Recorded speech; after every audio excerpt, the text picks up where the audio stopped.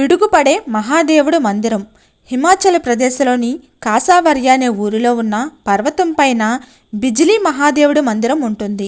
నిజానికి బిజిలీ అంటే పిడుగు అని అర్థం. ఇక్కడ తరచూ పిడుగు పడటం వల్లనే బిజిలీ మహాదేవుడు మందిరం అనే పేరు వచ్చింది.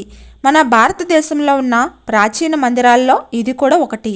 ఆశ్చర్యకరంగా ప్రతి 12 సంవత్సరాలకు ఒకసారి ఈ మందిరం గర్భగుడిలో ఉన్న శివలింగం పైన పిడుగు పడుతుంది.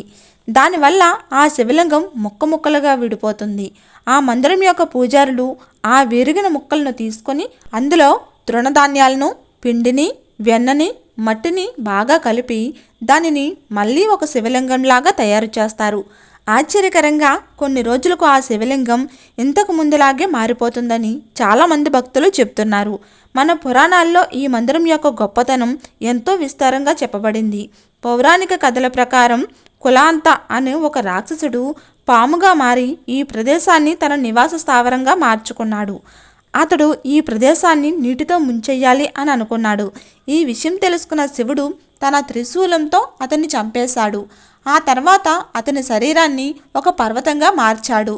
ప్రతి 12 సంవత్సరాలకు ఒకసారి ఈ మందిరంపై పిడుగు పడుతూ ఉంటుంది.